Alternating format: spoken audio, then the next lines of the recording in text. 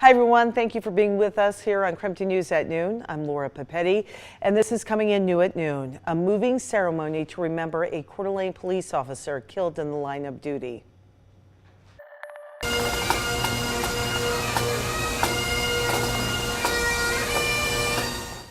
The sound of bagpipes echoed through the streets of Coeur d'Alene this morning as officers and community members gathered to mark 10 years since the death of Sergeant Greg Moore.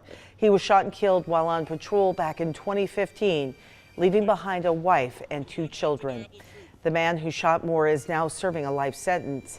After Sergeant Moore's death, people put K27 stickers on their cars.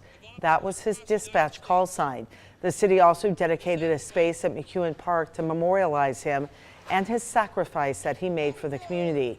It was at this park where people gathered today. Greg Moore was killed protecting the life and property and the way of life of the citizens of Coeur d'Alene, Idaho. He was part of a proud profession and an even prouder police department, and it will never be forgotten. Moore is the only Coeur d'Alene officer killed in the line of duty, and today's events also included a private service, a procession through downtown Coeur d'Alene as well. If you would like to watch today's full ceremony, we have it streaming now on KREM 2+. It is 2 minutes past noon right now, and today the Central Valley School District Board is going to be voting on whether or not they're going to file a complaint against Washington State. The district says the state is violating federal law because of rules that let students compete in sports and use facilities based on their gender identity. The school district says they are now in the middle. Following state rules means breaking federal rules and vice versa. So we do have more details and the links to tonight's meeting that's posted on our website. Visit us at krem.com. And Idaho Governor Brad Little is visiting North Idaho this afternoon. The governor will make 2 stops as he highlights the end of the 2025 legislative session. Little will be at the Lewiston City Library in about a half an hour. Then at 12:30, he will then make his way to Hayden for an event at 2:30. The governor is expected to talk about legislative changes related to both public safety and natural resources. All right, 12:03 right now. Let's take a moment, turn our attention to the weather, and boy, it deserves our attention. It's absolutely beautiful. We have so much sunshine out there today. We also have meteorologist Thomas Patrick in his Bloomsday finery. He is outside talking about weather. What do you know, Thomas?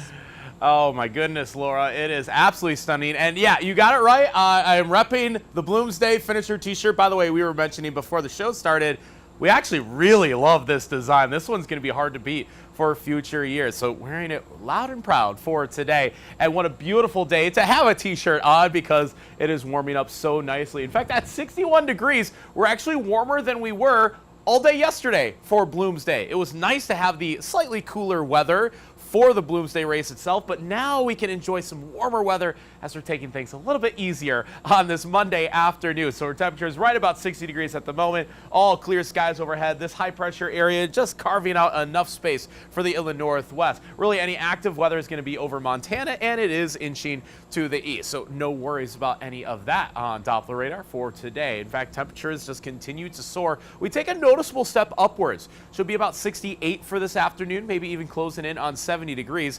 And those 70s are going to be really common for this week, this weekend, perhaps even next week into the middle part of May. Kind of leads us into the Mother's Day outlook. I will say this, the warmth starts over the West Coast before it starts to shift over the northern plains. So I am expecting a very warm Mother's Day outlook. Might just trend a little bit cooler for the days after that. So coming up, we'll show you what that extended outlook and temperature trend looks like and how many days. I'm forecasting in the 70s or above. All that's coming up in a few minutes. Thomas, thank you. It is 12:04 right now. Happening today, federal student loan collections are starting back up. So the Department of Education is ending the pause from the pandemic, and this could mean changes for more than 5 million borrowers out there. So if you are in default or end up being in default, you need to start making a monthly payment, enroll in a repayment plan, or sign up for what's called loan rehabilitation. If not, the Department of Education could take a percentage of non-federal employees' paychecks in order to pay the debt.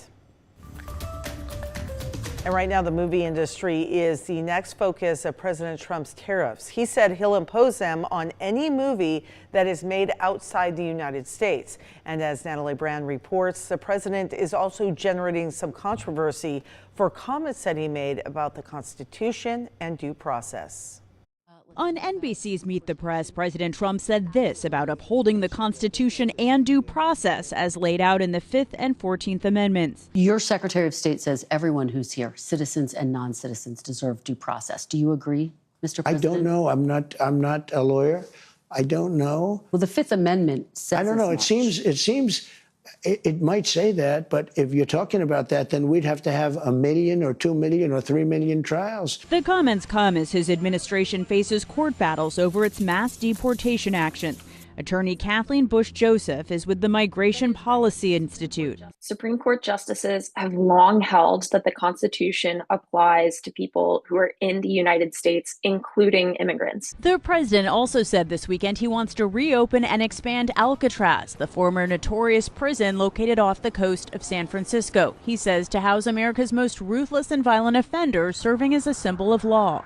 In what could be a new front of President Trump's tariff war, the president suggested the movie industry would be his next focus. In a social media post Sunday, the president said he's authorized the Department of Commerce and U.S. Trade Representative to slap a 100% tariff on all movies produced in foreign lands. Other nations, a lot of them, have stolen our movie industry. And I'm saying if they're not willing to make a movie inside the United States, and we should have a tariff. Industry experts say it's common for movie productions of all budgets to shoot both in the U.S. and other countries. Natalie Brand, CBS News, the White House. Preparations are underway in St. Peter's Square ahead of the papal conclave that begins Wednesday, of course, to choose the next pope. Today, workers installed curtains on the balcony where the new pontiff will appear. A temporary chimney is also in place on the roof of the Sistine Chapel, where 133 cardinals will cast secret ballots. White smoke will eventually signal the election of the next pope. Conclave begins. There will be a connection here in Spokane. Former Bishop of the Diocese of Spokane, Cardinal Blaise Cupich, is one of the cardinals voting for the next pope. Cupich was a bishop of Spokane from 2010 to 2014.